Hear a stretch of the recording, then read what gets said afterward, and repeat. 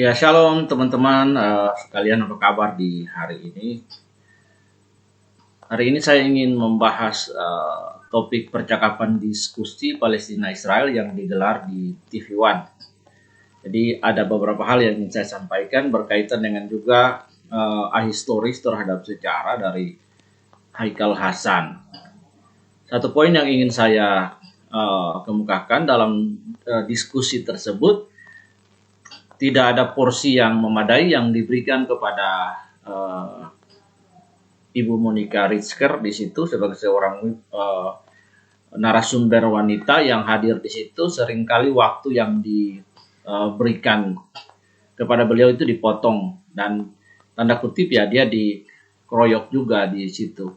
Di situ kita melihat bahwa waktu yang diberikan dan kesempatan kepada dia sangat sedikit dibanding dengan narasumber yang lain, dan dua moderator itu terlalu berat sebelah, tidak proporsional dan komprehensif sebagai jurnalis, sehingga tidak memberikan data yang baik kepada masyarakat. Ya, bagi saya tidak masalah juga, kita tahu TV One corongnya ke mana, jadi kita bisa lihat. Tapi hari ini saya ingin kita melihat apa yang disampaikan oleh Haikal Hasan itu ada sesuatu yang keliru. Karena itu saya ingin kita untuk melihat apa yang disampaikan oleh Haikal Hasan ini dalam percakapan di TV One itu. Nanti setelah itu kita akan mengcompare dengan bukti sejarah.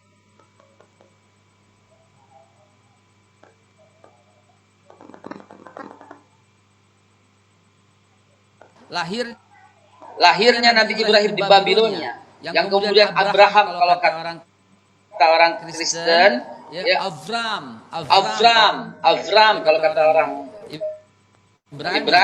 Ibrahim kalau kata orang kita adalah orang yang sama. Kemudian dia pindah dari Irak, tanah orang Arab, kemudian pindah kemana? Ke Hebron. Lalu kemudian dia bertemu dengan Sarah, dan kemudian bertemu dengan Hajar. Dari Hajar kemudian akhirlah Ismail, dari Sarah kemudian lahirlah Ishak. Apa agama Nabi Ishak? Apa agama Nabi Ismail? Apa agama Nabi Ibrahim? Apa yang ditinggalkan? Kelihatan yang ditinggalkan oleh Ibrahim adalah Masjidil Aqsa untuk Nabi Ishak dan Masjidil Haram. Oke, teman-teman, di sini kita melihat ada kekeliruan yang bahkan pemelintiran sejarah yang sudah kebablasan yang disampaikan di TV One, bahkan oleh seorang ustadz sekelas Haikal Hasan. Dia mengalami ahistoris sendiri terhadap sejarah. Bagi kita yang Kristen, root of our faith is come from the Judaism. Akar dari kekristenan kita itu datang daripada suku Israel sendiri, bangsa Israel, dan kemudian hari ini yang secara umum kita ketahui dengan kepercayaan monoteis, yaitu Yudaisme. Dari situlah kekristenan berasal. Nah, kita harus tahu dulu sebagai orang Kristen bahwa the calling of the father of Abraham itu tidak ada kaitan dengan bangsa manapun. Jadi Allah memilih Abraham dan kemudian memanggil Abraham. Memang pada waktu itu belum ada agama, bahkan sampai yang disebut Yudaisme dan lain sebagainya.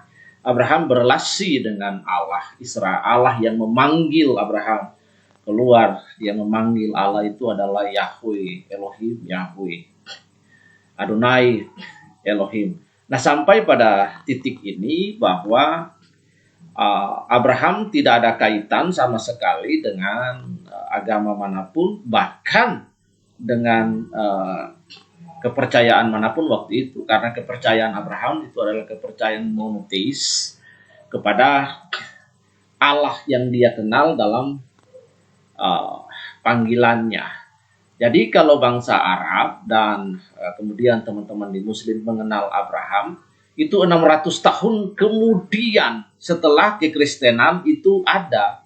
Nah, kalau kita urut ke belakang jauh sekali, kita bisa melihat sejarah, kekeliruan sejarah dan ahistori sejarah yang disampaikan oleh Hasan Haikal ini. There is no connection, tidak ada koneksi antara between Israel dengan Abraham dengan Arab about Abraham, karena Abraham adalah yang pertama, the founding father of Israel. Tidak ada koneksi dengan siapapun. Dan bahkan Alkitab menegaskan bahwa hanya nabi yang datang dari Israel, tidak ada nabi dari tanah manapun. Juru selamat itu datang dari tanah Israel. Oke, kita tinggalkan. Lalu mari kita lihat di situ dikatakan oleh Hakal Hasan ini bahwa Abraham mewariskan kepada Ishak itu Masjid Al-Aqsa dan agama Islam. Ini sesuatu pemelintiran sejarah. Nah, karena itu yang pertama dulu, karena dia berkata bahwa itu tadi mewariskan ini, kita lihat di sini. Dihajar kemudian akhirlah Ismail, dari Sarah kemudian lahirlah Ishak. Apa agama Nabi Ishak? Apa agama Nabi Ismail? Apa agama Nabi Ibrahim? Apa yang ditinggalkan? Kelihatan yang ditinggalkan oleh Ibrahim adalah Masjidil Aqsa untuk Nabi Ishak dan ya. Sampai pada detik ini kita melihat bahwa Hasan Haikal ini berkata bahwa meninggalkan Masjid Al-Aqsa. Nah, pertanyaannya adalah apakah pada waktu zaman Abraham sudah ada Islam? Nah, ini yang jadi pertanyaan. Ini sebuah ahistoris dan penipuan, sebuah kebohongan yang disampaikan kepada publik. Karena di sini kita melihat bahwa ada sejarah. Di sini kita melihat bahwa 600 tahun dulu, 600 tahun setelah Kristen itu eksis, baru ada masjid. Bagaimana mungkin ribuan tahun sebelum Kristen itu eksis sudah ada Masjid Al-Aqsa? Ini kan penipuan dan kebohongan publik yang disampaikan. Tidak ada fakta, tidak ada data, retoris saja. Karena itu mari kita melihat bagaimana kita melacaknya. Kita lihat di sini Britannica, the Britannica Library ini adalah informasi yang paling sahih salah satunya di dunia. Bukan Wikipedia bisa dapat ini, tapi Britannica sesuatu yang sahih. Nah, mari kita lihat. Kita lihat di sini.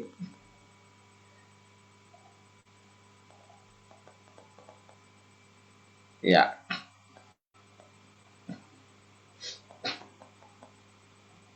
Oke.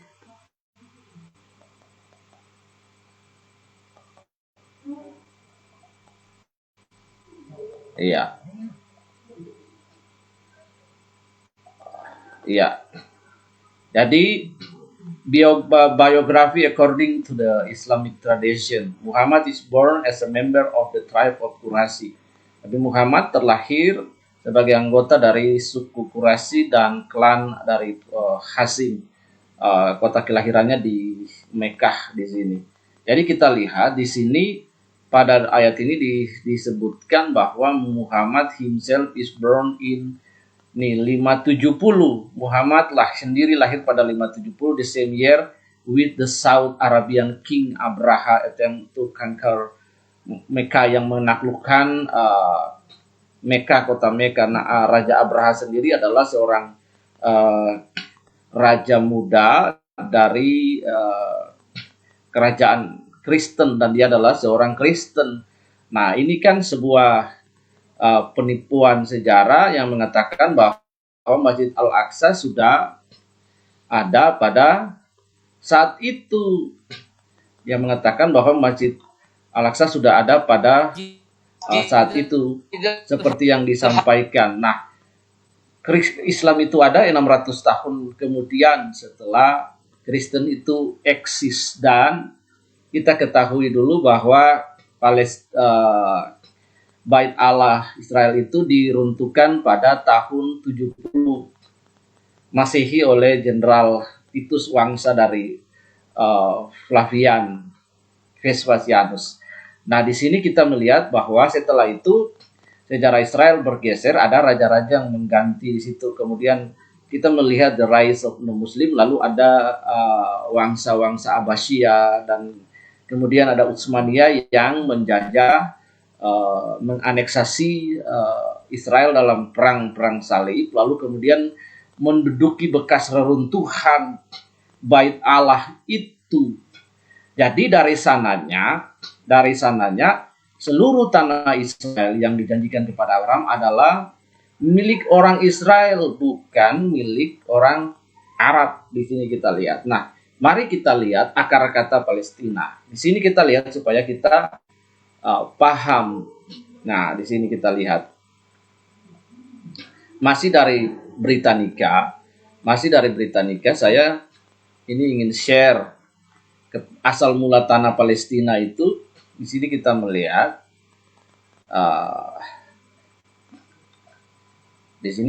tentang Raja Hadrian. Ya, jadi Raja Hadrian ini kita melihat ini Raja Hadrian, dan ini Raja Hadrian. Ya, kita melihat.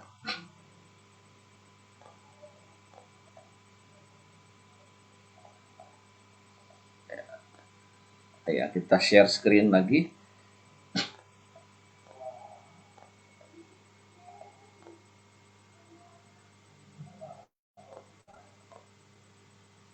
Iya. Ya, di sini ini dari Britannica, dari britannica.com, ini yang terpercaya sekali. Ya, ensiklopedia Britannica ini yang sangat terpercaya, otentik, dan sangat ilmiah, dipakai untuk rujukan para scholars. Nah, di sini kita melihat bahwa dalam catatan sejarah ini dikatakan bahwa Raja Hadrian itu menghancurkan Yerusalem dalam perang Bar Kokhba itu di sini. Dalam perang Bar Kokhba yang terakhir, di benteng terakhir itu di Mazada. Dan di sini kita melihat catatan di sini. Ini sungguh keliru apa yang disampaikan oleh Haikal Hasan di sini. Jadi yang memberikan nama Palestina itu, Palestina itu adalah Kaisar Hadrian. Nama sebenarnya itu adalah Syria Venesia.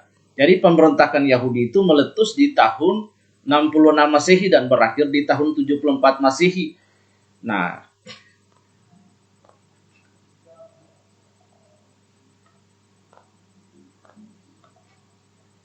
iya, di sini kita melihat bahwa pemberontakan hebat Yahudi meletus di tahun 66 Masehi dan berakhir di tahun 74 Masehi setelah 40 tahun militan Yahudi kembali memberontak pada perang Kitos pada tahun 115 dan 117, dan perang berakhir yaitu pemberontakan Bar Kokhba terjadi 132 dan 136 Masehi. Hadrian kemudian menghukum pemberontakan Yahudi dan mengusir mereka dan tidak mengizinkan mereka tinggal. Kemudian dia mengizinkan bangsa orang-orang Arab itu tinggal di daerah tanah itu, dan dia mengganti namanya menjadi Suria Palestina. Nah, ini yang harus kita pahami sehingga kita tidak gagal dalam sejarah. Ada perbedaan antara Palestina sekarang dan kata Filistin di Alkitab, itu dua hal yang berbeda. Nah, yang pertama, bangsa Filistin yang di Alkitab Kristen itu Alkitab yang luar biasa karena dia adalah buku sejarah yang sahih, infalibilitas, tanpa salah. Kitab lain mungkin cacat, tapi Alkitab tidak mungkin salah. Nah, di sini bangsa pelaut yang datang dari Kreta, Amsal pasal 9 ayat 7, di sini dikatakan, bukankah kamu sama seperti orang Ethiopia bagiku, hai Israel, demikian firman Tuhan. Bukankah aku telah menuntun orang Israel keluar dari tanah Mesir, orang Filistin dari Kaftor, dan orang Aram dari Kir. Jadi bangsa Filistin yang di Alkitab itu adalah orang dari Kaftor. Kaftor itu di mana? Pulau Kreta. Itu mereka adalah orang-orang Yunani kuno yang ada di sana berperang melawan orang Israel, kemudian mereka kalah, lalu mundur mereka ke daerah Palestina hari ini, lalu diam di situ. Tapi mereka bukan orang Israel Palestina hari ini yang sama seperti Palestina hari ini yang tinggal. Nama Palestina hari ini itu diberikan oleh Kaisar Hadrianus karena pemberontakan Bar Kokhba.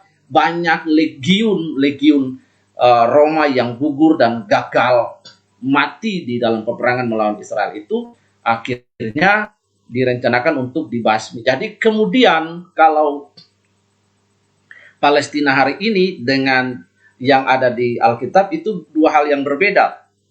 Dua entitas yang berbeda. Entitas Filistin yang ada di dalam Alkitab yang sering kita sebut raja-raja Kanaan itu adalah orang-orang dari Kreta, Kaftor, ditegaskan dalam Amsal 9 ayat 7. Nah, 5 kota kemudian di dalam 2 Samuel 8. 2 Samuel 8 ayat 1, sesudah itu Daud memukul kalah orang Filistin dan menundukkan mereka. Filistin di sini juga dari Kaftor di sini.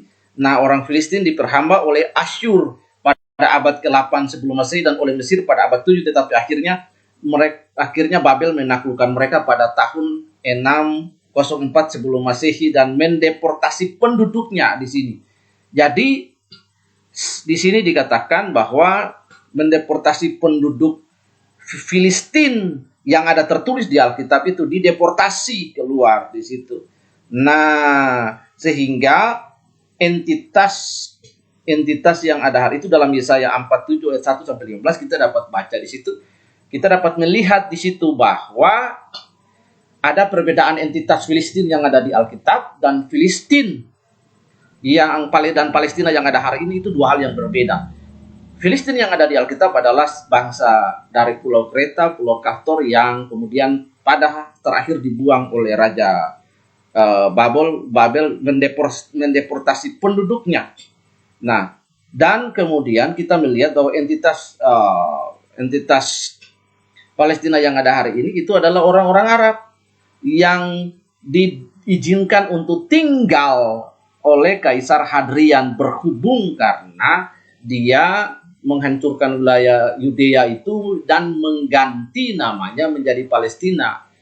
Pada waktu itu orang tidak mengenal nama Palestina, orang mengenalnya adalah Yudea di situ. Kemudian, di situ. Jadi dalam hal ini ya Haikal Hasan ini keliru.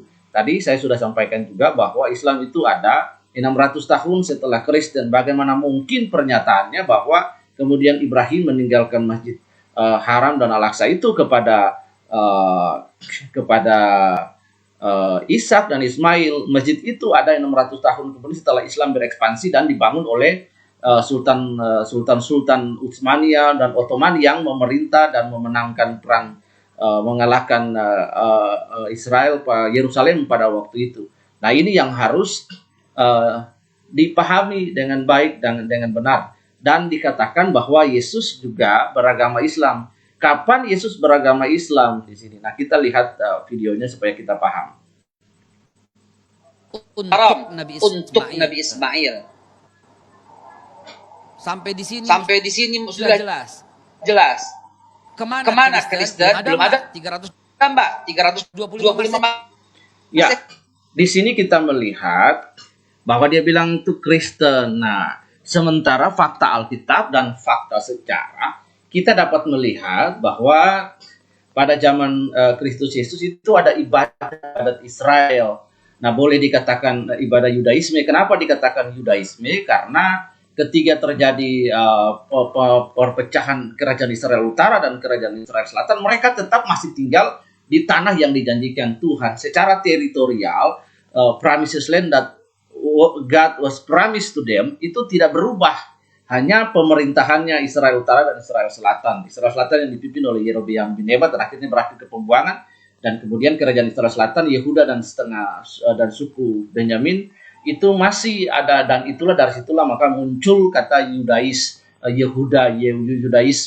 Nah, ditambah Yahudiisme itu adalah paham akan tanah air mereka, akan keyahudian mereka di situ. Nah, di sini kita melihat bahwa apa yang disampaikan Haikal Hasan ini sebuah historis ya, yang merupakan penyesatan. Karena itu kita belajar zaman Yesus itu agama Yahudi itu menjalankan ritualnya dengan baik. Kita dapat melihat pada seorang Josephus Flaccivus yang mencatat cerita kisah pada waktu itu dengan sebuah catatan sejarah. Kenapa Yosibus dia adalah seorang serdadu yang diampuni oleh orang Roma dan kemudian menjadi penulis sejarah. Di situ kita melihat dia catatan-catatan sejarah yang ada pada waktu dan tidak dapat dibantah. Jadi Yesus bukan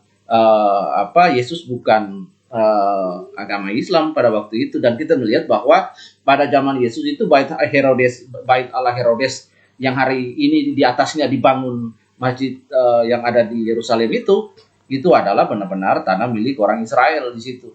Nanti pada tahun 70 itu baru disitulah diruntuhkan oleh Jenderal Titus Flavius, anak dari seorang kaisar tua Vespasius. Nah, di sini kita melihat ini sudah penyimpangan sejarah yang disampaikan oleh si Hasan ini. Karena itu sejarah itu harus dibaca dengan baik, dengan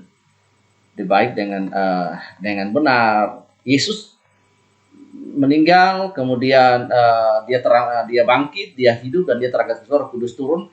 Gereja Kristen berkembang 600 tahun, baru kemudian ada Islam, dan kemudian baru mereka membangun masjid. Dan kata masjid itu ya identik dengan muslim. Bagaimana mungkin Abraham sudah melahirkan Ishak dan kemudian mewariskan masjid di situ? Ini kan sebuah penyelewengan sejarah. Kalau kita jujur, kita mau lihat bahwa seluruh nabi-nabi mereka itu berasal daripada 25 nabi itu berasal daripada agama dari Yahudi, dan kemudian Kristen juga yang adalah akar daripada Yudaisme itu, dan hanya satu aja dari Arab. Alkitab berkata bahwa tidak ada juru selamat yang datang dari tanah Arab. Juru selamat itu datang daripada Israel di sini. Ya, juru selamat itu ya Kristus Yesus sendiri. Dan nabi-nabi bangkit dari Israel, tidak ada dari bani manapun. Nah, ini yang perlu kita telusuri sehingga kita tidak keliru memahami apa yang disampaikan. Karena itu kita harus melek terhadap sejarah. Sejarah kekristenan bahkan dengan sejarah Israel tidak dapat dibantah oleh siapapun. Kita lihat lanjut lagi. Ibrahim adalah Masjidil Aqsa untuk Nabi Ishak, dan Masjidil Haram untuk Nabi Ismail. Ya, ini sekali lagi juga pemelintiran sejarah. Ya, tidak ada masjid itu ada setelah kemenangan pasukan kekalahan dari tentara salib, dan kemudian mereka menduduki kota Yerusalem. Saya rekomendasi film yang berjudul The Kingdom of God itu, yang dimainkan oleh Orlando Bloom dan kemudian Nelson Lim. Di situ kita dapat Nelson Liam. Di situ kita dapat melihat The Kingdom of God, kejatuhan kota Yerusalem yang dipimpin oleh pasukan Ottoman Salahuddin. Nah, di sini kita dapat melihat sejarah. Langsung kita melihat lagi. Sampai di sini sudah jelas. Kemana Kristen? Belum ada, Mbak.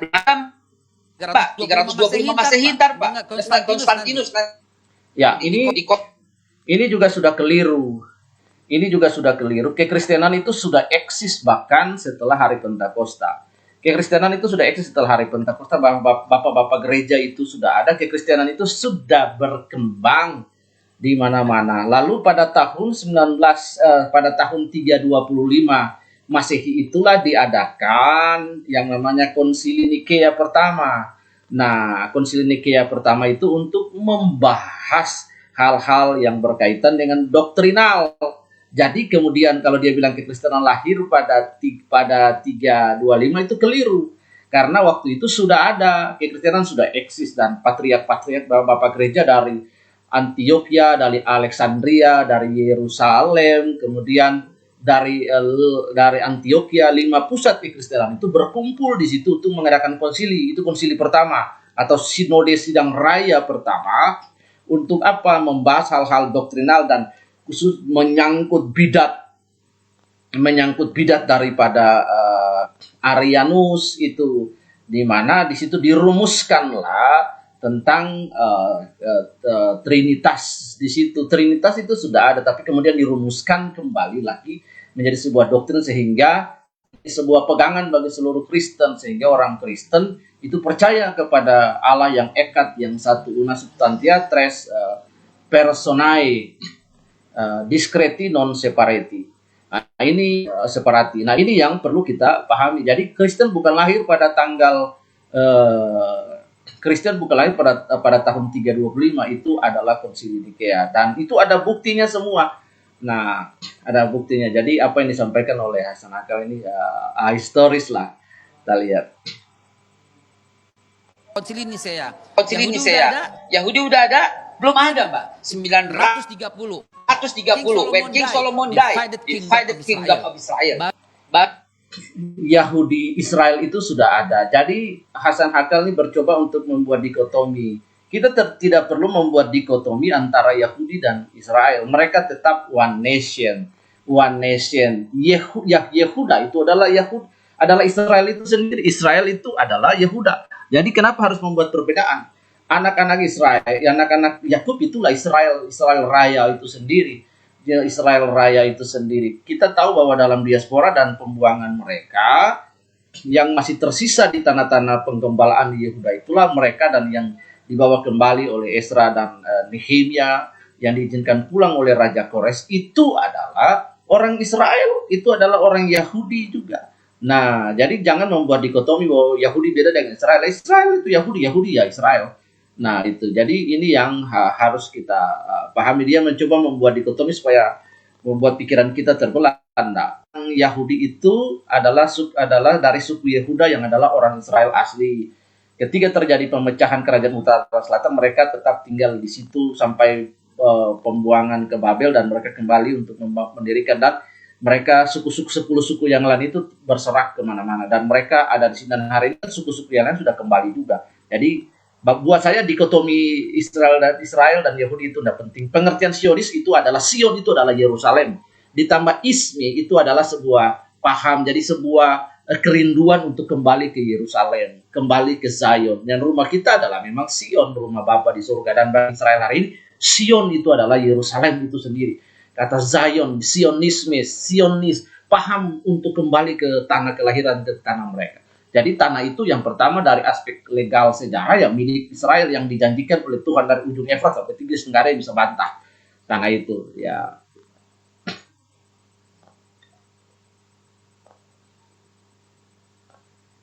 Lalu pecah dua kerajaan Israel ketika Nabi Sulaiman wafat. Kalau mau cerita jangan tanggung-tanggung. Sejak awal manusia aja saya bisa ceritain sekarang. Keempat ini yang menjadi masalah nanti di kemudian hari. Mereka masih beragama Islam. Belum ada. Nah, ini keliru lagi. Beragama Islam. Kapan mereka beragama Islam? Islam itu lahir 600 tahun setelah Kristen itu eksis. Jadi bullshit. Agama Yahudi. Dan mereka semua Bani Israel. Dari Yusha bin Nun, kemudian Nabi Yakub. Kekeliruannya berada di mana? Bukan kekeliruan. Penyelewengan dia dari mana? Dari awal muasal, ketika dia membangkang dengan Nabi Musa memaafkannya. Kemudian sampai Nabi Yusha bin Nun berhasil membawa kembali ke tanah Palestina, ke tanah yang disucikan, tanah yang dijanjikan. Kemudian ketika Nabi Sulaiman, ya, kita harus paham bahwa tanah yang dimaksud itu adalah tanah Kanaan. Ya, tanah Kanaan, bukan tanah Palestina. Jadi karena itu diksi kita harus benar. Kita harus counter terhadap apa yang dia sampaikan. Tanah Palestina yang sekarang di Syria Palestina yang sekarang mereka tinggal itu adalah tanah yang diberikan oleh Kaisar Hadrianus kepada orang-orang Arab untuk tinggal di situ. Kenapa? Karena orang Israel memberontak dan mereka diusir jadi exile, dan tanah itu diberikan provinsi Yudea waktu itu. Fakta sejarah Anda bisa buka dalam fakta sejarah dan cari bagaimana seorang Josephus, Flavius Josephus, sejarawan terbesar salah satunya di dunia, yang melukiskan kisah dunia pada waktu itu, epicentrum yang terjadi dalam sejarah Roma sebagai one of the greatest emperor in the world. Nah, kita bisa lihat. Jadi apa yang disampaikan oleh Hasan ini, semua yang dia sampaikan ahistoris. Ahistoris artinya tidak bertolak belakang dengan sejarah itu sendiri. Jadi ya kita maklum. Karena itu mari kita mendukung apa yang disampaikan oleh Ibu Monica Ritzker dengan baik sekali. Kita support beliau, kita dukung dia. Fakta Israel adalah salah satu sebuah akun di Facebook dan mungkin sebuah lembaga juga yang ada di media sosial yang mengetengahkan hal-hal yang baik, tidak pro kepada mana, tapi menyampaikan kebenaran. Dengan demikian membangun konstruksi kita sehingga kita punya data yang baik, fakta yang baik, tidak historis, sejarah itu kronis, sehingga kita punya pemahaman yang baik tentang kondisi situasi yang ada di akhir-akhir ini. Semoga video pendek ini dapat menolong kita untuk memahami apa yang sebelumnya terjadi di sana. Saya punya banyak buku-buku literasi, teman-teman bisa kunjungi Facebook saya dan lihat di timeline saya, ada yang ingin buku-buku yang berkaitan, itu bagus sekali dan saya akan berikan dalam versi Inggris supaya teman-teman punya literasi yang baik sehingga tidak dibodohi oleh orang-orang semacam ini. Oke, Tuhan Yesus memberkati. Shalom.